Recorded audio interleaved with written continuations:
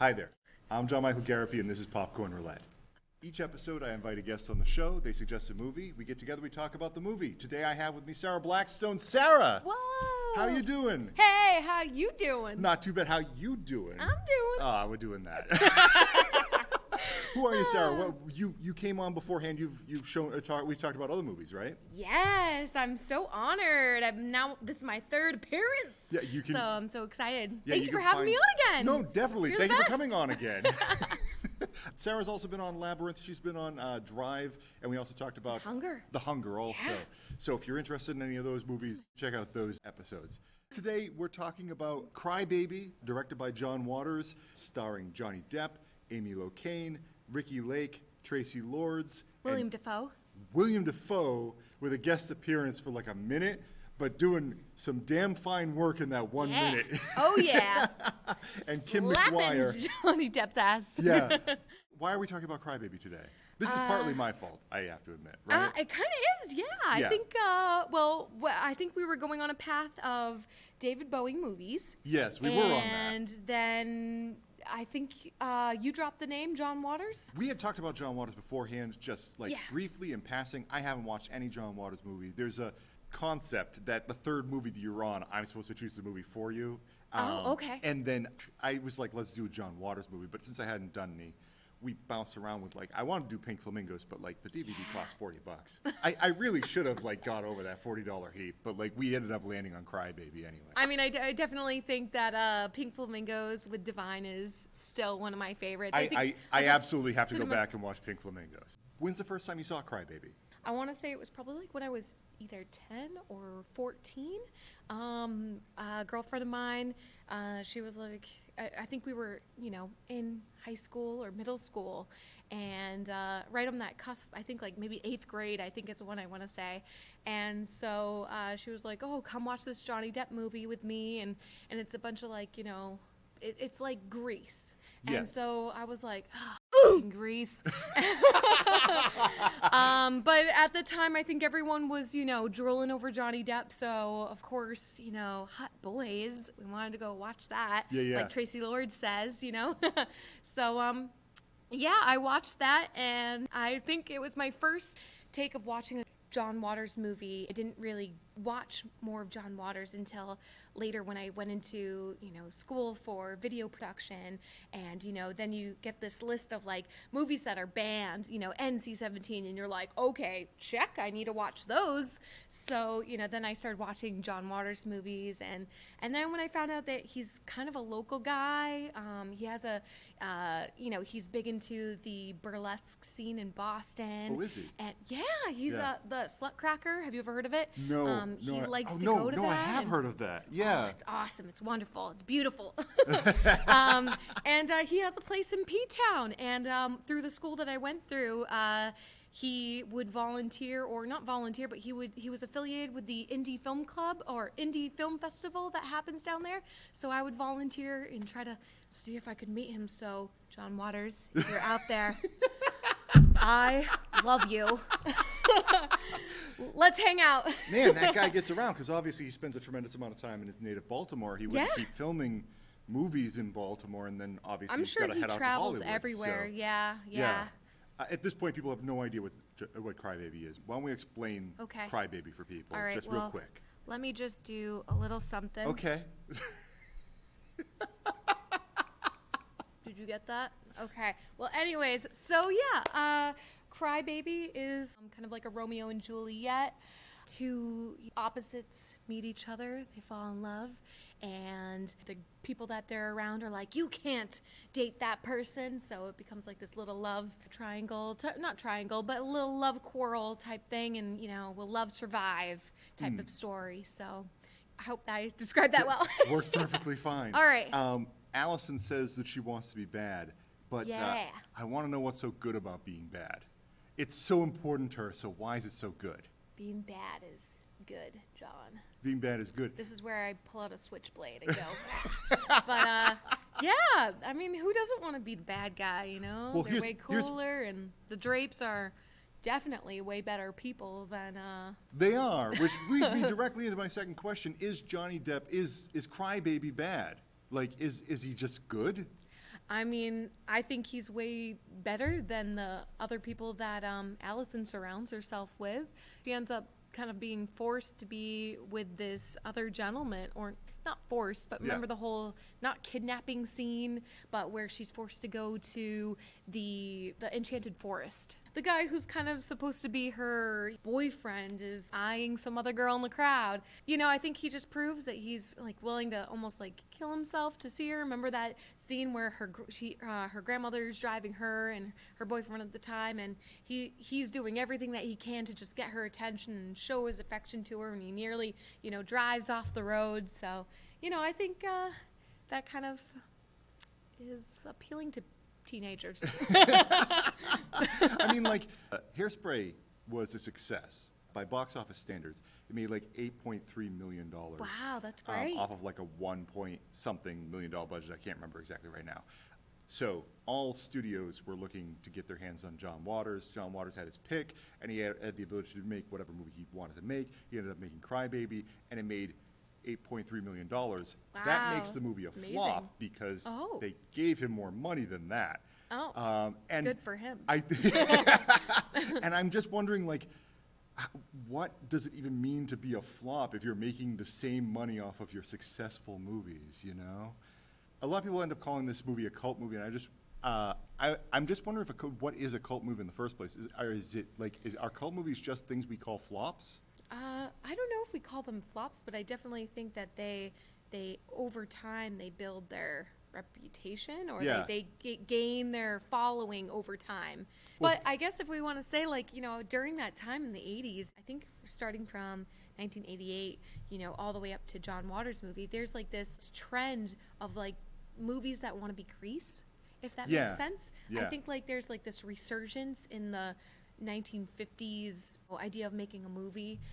So not only do you have William Dafoe's first movie, The Loveless, I think that was in 1980, where he plays a biker, not looking for love, but a rebel without a cause type character. Yeah. And then there's Johnny Suede with Brad Pitt. What's Michelle Pfeiffer's movie, Trouble Biker or something like that. She falls in love with this guy, never reveals his face biker, but is actually the preppy guy. So I feel like there was a lot of movies during the 80s that really wanted to kind of like nab onto that grease feel and popularity. But I think there was also a resurgence of just in general, people wanted to kind of go back to that like 1950s style and aesthetic. It's that 30-year cycle of like everybody like wanting to latch on to like what happened in my youth, but also the kids want to know all the bad things their parents ended up doing. Yeah, or like just interest in being vintage. I'm going to pull out the negative review because I got to do it at some point in time. Okay. So we might as well get it out of the way. Oh boy. I have, funny that I did have to dig a little bit for Crybaby's negative review. It's for every critic that says like, oh, all the critics panned Crybaby when it came out. Not true. It gets like 75% on Rotten Tomatoes. It did decent. Like the majority of critics like this movie. Yeah. Yeah, I think people who are not even John Waters fans, or, you know, I think you've got the pull from the Johnny Depp fans who are really obsessed with him and love the movie because of Johnny Depp. And then I think you have a lot of the people who love John Waters following it. Then you have like Traci Lordes, you know, super fans and stuff like that. So I think the movie has like a lot of like people in it that people, you know, tend to cling to. This one comes from Rita Kempsey from the Washington Post. Not so much a lampoon as a celebration of cliches. Crybaby has less to say about adolescence and learning to be one's own person than 1988's Hairspray and of John Waters' notions. Racial harmony among the black and rednecks of this period, for instance, seems especially thin coming from the maker of Pink Flamingos. While this is a common conceit among the makers of nerd vengeance comedies, surely Waters is capable of something a tad more original. Basically, the filmmaker reminds us of his affection for social misfits without much conviction. He's simply too hip to commit himself to his beliefs, and a relentless frivolity prevails. She's being pretty harsh of Waters right here. But I really want to jump onto her notion that racial harmony amongst the blacks and the rednecks of this period was especially thin. Waters has a lot of sequences that kind of make it look like his main characters in the black community are both completely intermixed and having a great time. Is he trying to rewrite race relations back in the 1950s with his movie? So that's a really heavy question. That is, yeah, it is. I don't know if he's trying to rewrite. I can only take what I see from the movie and kind of put my own opinion towards it. I can't really speak for what John Waters, is entailing. I think he has made a couple of comments towards racism in a few of his movies, like Hairspray for one. So I guess things that stick out that would be racist in this movie are like the Confederate flags, and Johnny Depp even makes a comment about the type of music his father would like. I think a lot of people, when they think of the 1950s, you think instantly clothing. You probably think of some of the music that came out at that time, and I think a lot of people don't tend to grip the social climate that was happening during that time. Yeah. I mean, the Civil Rights Act wasn't even, signed until 1964, if you want to put it that way. So I think that there were a lot of dark things happening. And so to say that he's trying to rewrite race relations, I don't know. I do want to say that it's not what we want to see. And I know that right now we're more aware, especially over this past year. There's been a lot of things that have come out in the media, and I think that it's great that you brought up that question, because I think that if we didn't speak about it, that would be irresponsible on our part. Right. I think that things like that need to be addressed, just I think for us to grow and be better. Yeah. But I don't know if it was done in good taste. I mean, but I mean, is it also okay? When I first watched this movie and seeing a Confederate flag, being 10 and 14, even coming from, growing up in Maine and being on the New Hampshire-Massachusetts border, when you kind of saw, I'm only speaking from my own personal experience, when you see it, you would just think, okay, that's a redneck, and right. So but you didn't really get what that term really meant. And I think that maybe this also might be my own naivety, but growing up in the northern, part of the country, I feel like we've kind of been a little, kind of like, not the veil of ignorance, but we've been a little isolated. Disassociated, Right. from the real symbol. Like, that symbol is a very bad symbol, and it has a lot of negative feelings for a lot of people. And so if I'm sure John Waters, Mr. Waters, growing up in Baltimore, I'm sure he knew about a lot of that, and he knew kind of what it meant.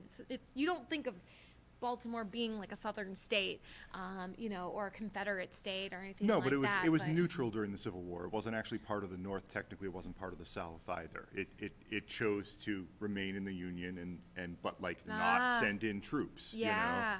Maryland's got some really conflicted issues when it comes to these sorts of things. Should also probably be noted, I think in 1990, you probably could have turned on the TV and saw reruns of the Dukes of Hazzard. So the idea of the Confederate flag just being a symbol for rebel Southerners was still just a common concept. That's a good point to make. Yeah, it's more of a symbol of being a rebel, and right. I think that might have been what maybe John was trying to portray. I get the versus impression the that that's part. what he's aiming for. It's just today we wouldn't No. use that as a symbol for a rebel. But I think it's good for us to have conversations like this, especially how racism is kind of dealt and portrayed in movies, in pop culture.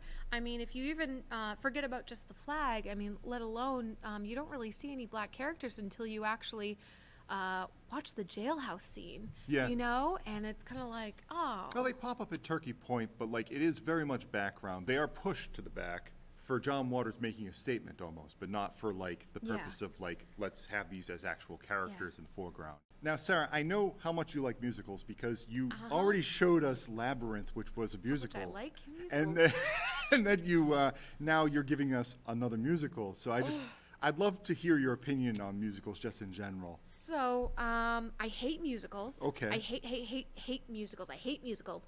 And do you remember how we picked this movie out of all of the others? How did we pick this movie out of all the others? So, we were talking about, you brought up John Waters and wanting to talk about maybe a John Waters movie instead of a David Bowie movie. Okay. And, a lot of people know Hairspray, but I will not watch it. I mean, I love you, John Waters, but I hate musicals.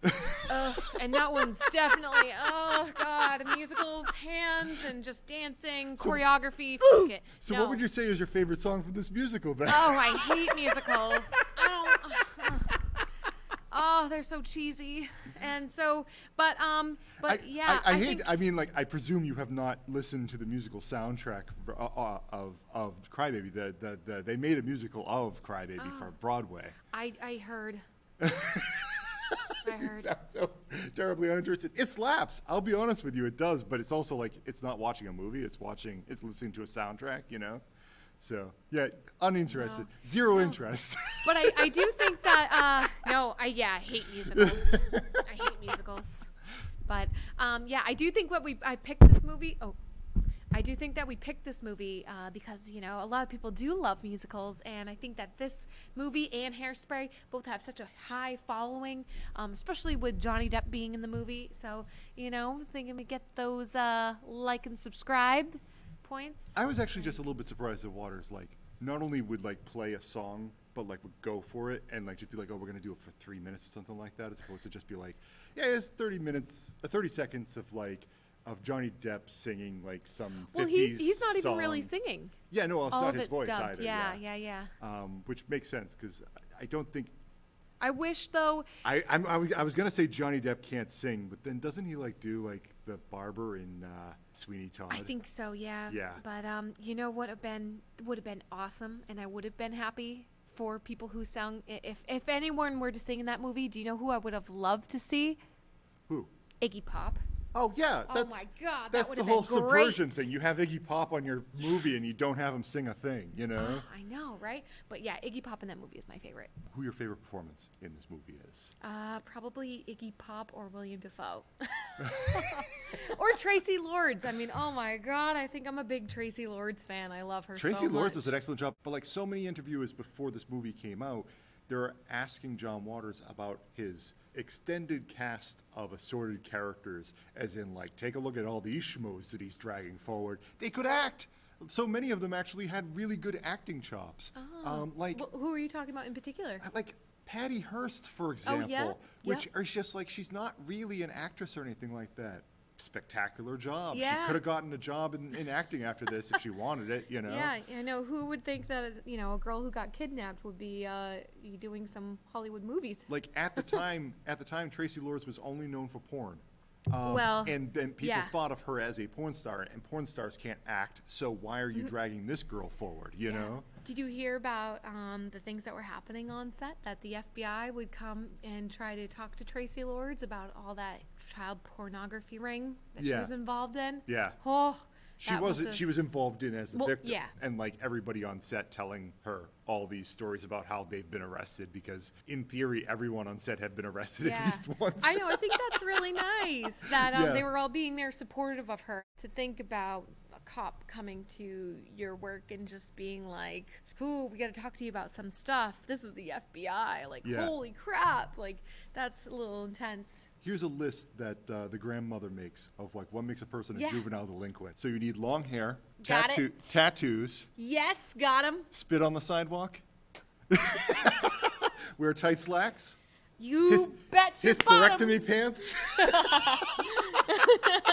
You have every single one of these categories covered. Oh, That's the whole yeah. list. If a guy said to you on the first date that he hated electricity because his dad fried in the electric chair for being the alphabet killer, would that be a red flag? No, I think what's a red flag is that they both get off to their parents being dead and how their parents died. Really strange. Yeah, I guess it's not Crybaby, it's Allison at that point. Because he's just like, this is all the things that happened to me, and it was so terrible. She's got some kinks. That girl has got some kinks, all right? I mean, am I really drinking water here, people? Yes. Or is it tears? Okay. What is up with drinking tears, by the way? They're salty. They're good. There's no proper explanation for There are it. tears in that cup, too, John. Oh, no. Yep. You filled them both They're before we came mine. out. I didn't see how you prepared Drink the water. my tears, John. Drink my tears. No. That's right. How do they taste, John? Salty. Okay. You liked it, though. I did. I got a question for you. If you could have any vehicle from the movie, you get to choose. And I've got actually a slideshow presentation of these pictures. Okay. So we have a 1932 Yeah. Ford. We have the police car. No. We have. Oh, yeah, that one's cute. I don't know what that is. I don't know. We got a picture. Like a I think Chrysler? 1955 Cadillac Oh, convertible. Cadillac. A Mercury Monterey. The Kaiser Manhattan. Oh, nice yeah, I pink- kind of do like that one. Because that That's a guy's cute car. creepy, though. The Harley Davidson. I would take the Harley, actually. I mean, who doesn't Oh, take the yeah, Harley? that But you can get the one's Ford awesome. Custom instead. You want a Ford Custom or a Harley Davidson? Ooh, I think I'm a Harley girl. You a Harley girl? Yeah. I gotta take that I Harley like too. Harley. I'm a Harley girl. Yeah. Did you know the Enchanted Forest exists, by the way? The Enchanted Forest they go to, that's a real place in Baltimore. Okay. And that's like the first theme park that Maryland happened to have, and it's all Oh, like great. based on fairy tales. Ooh, how creepy. Ooh, I want to go visit this place. I love creepy abandoned places. That's what I was saying. It says more about me that instead of finding old images of the Enchanted Forest, I went and found derelict pictures of this buried old place behind a mall that doesn't really operate anymore. I just love the picture of like, I think it almost reminds me of Candyland with like the witch who's trying to get Hansel and Gretel to get into the house, but their like spaces are spray painted. Yeah. That's awesome. Why are we so interested in these derelict Abandoned buildings in the buildings? first? There's an entire channel by the name of Defunct Land that spends a tremendous amount of time talking about old amusement park rides that no longer exist. I don't know. I'm hoping you can psychoanalyze me because I don't get why every month I turn around and I look to another one of these places. I like it too, though. Yeah. So you're not the only one. I guess no. So Waters Okay. says that he's not making any profound statements with this film. He actually But says is that. he? Yeah, Just kidding. that's what I'm asking. Like, was he making? Do you think he was making profound statements? Yes. Follow your heart. Love who you love. We're gonna play a game because Okay. I've got a couple of interview questions that were given to Okay. John Waters, but Okay. instead I'm gonna give them to you. Oh. Now, so you're John Waters here, or Oh. you're not. You Oh, don't have I to be wish I had John a Waters, pencil but mustache. you could totally be pencil mustache John All Waters. right. Be as sassy as you want to be. Thank you for having me on the show today. Thank you for coming, Mr. John Waters. I'm not doing him right. Sorry, Mr. Waters. I apologize. I love you. Do you feel that by becoming more mainstream, you're compromising your integrity as a filmmaker? Ooh. Oh, see, I think that's really kind of harsh to say. These are I sort of don't questions think they end so. up giving you. Yeah, I think that's very mean to say that to kind of almost any artist. It you know? is, isn't it? Yeah. But why? Why is it mean? Well, I guess I feel like someone who's calling him mainstream, it's almost the people who were following him before. I feel like that's something someone who first saw his original movies would be saying. It almost sounds like a hipster thing to say. No, you're so mainstream now, man. You sold out. Yeah. Yeah, you know, I think that's wrong to say. You know, I mean, I think Mr. Waters is. I'm trying to be like so polite if he watches this. So I mean, I think, you know, as a creative artist, he should be able to do whatever he would like, whatever pathway. And if his movies happen to be turning into what they determine to be mainstream, I mean, them. You Yeah. know, I mean, like, let Mr. Waters do whatever he wants. You know, Yeah. if he wants to make something that has song and dance and Ricki Lake, you know, with big poofy hair, or Ricki Lake with a big prego belly, you know, let him. I mean, what is mainstream? Is it because it's not an NC-17? You know, it's not cool anymore? It's a really good question, actually. Here's John Waters' answer. I think it's the most perverse thing I can do is make a film that can be a John Waters film with everything I believe in, and playing in a shopping mall in Kansas is really devious. Yeah. And he actually guffaws Ooh, there. you know what? That is good. That's right. John, you go out and you make hairspray and you make... I think he makes Cecil B. Demented after this. He makes Serial Mom after this. When does he make Dirty Shame? Because I fucking love that I'm not movie. sure Dirty Shame. It's with Johnny Knoxville. I love him. And it's fun. I feel like that's probably one of my favorite John Waters movies. I feel like everyone on production must have had a blast. That's a really good fun one. So you know what? Way to go, John Waters. Let's make these Hairspray and Crybaby so you get all these little teenage f***ers into liking your movies. And then on they'll the be like, USA what Network." else did he make? And Yeah. they'll be like, Pink Flamingo? That sounds pretty tame? And then they'll watch it, and then you'll corrupt their sick minds. So do it. We get Cry Baby on the Hallmark Channel. And then, you know, some idiot who probably doesn't know anything about his movies, they'll watch, you know, Polyester or, you know, Serial Mom and be like, whoa, that's not what I was thinking. But then they'll be turned on and they'll be a deviant after that. Sorry, I'm swearing so much. It's all right. They're all censored anyways. We'll have a little tally bar at the bottom. Yep. Here's John Waters' question number 2. In a way, you're making fun of small-town middle-class values. Why do you like to do that? Why are you directing them at me? You're John Waters right know. now. Yeah. You're feeling a little bit of his pain having to deal with these reporters coming at him with questions like this. I know. Doesn't he have a saying that, like, you know, if you don't leave your hometown and, like, go and broaden your horizons, you know, you'll never grow or you'll never be smart. I forget how he probably says it better than that, but, you know, so I think it's everyone has a hometown that they can relate to. Everyone knows that town that Crybaby features, unless they grew up in a city. I feel like it's relatable, and I feel like there are, you know, just like any city, you know, there are problems with little towns, you know, suburbias. Why not make fun of them? John Waters pushed back on this question, actually. His response was, because they're the people that tell other people how to lead their lives. It's the only thing that gets me angry. Lead your own life and leave everyone else alone because you don't know what goes into whatever formed that person, why they behave the way they do. So don't be too quick to judge others, and people that do are villains in my movies, always. Yeah, the, what is it called? The squares are definitely, they are the villains in this movie. You know, I mean, there's a great scene where they're walking through an orphanage, and, you know, they're kind of just like, it's clear, you know, who's really the bad people in this movie. But like, the idea of putting children in boxes and trying to like tell you which are the good children, which are the bad children, and that's how we're going to decide who you're. Yeah. It works because it wasn't so terribly far off from the attitude of the time, you know, like that it was only one step removed. Yeah. From like, all I did was do a physical representation of the sort of conversation we probably would have had at my desk. Another example too, on top of that, showing that the Drapes are really the nicer people. When Allison tries to bring Walker to her family, they're first like, oh no. But then when Allison goes to the Turkey Point, at first they're all like, you're bringing her there?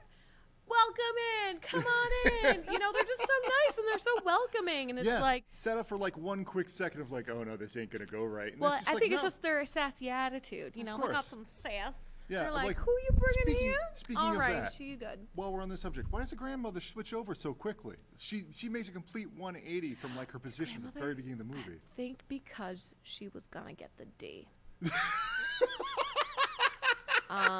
You think it's specifically the judge was eyeing her from the start. You saw it when they were at the Enchanted Forest. He was like, girl, I see you. And she was like, I like this theory that she like knew the judge beforehand, so that when Crybaby was sent out to prison, that she was like, oh no, you didn't do that. Like, I know you. I knew you when you were a little boy.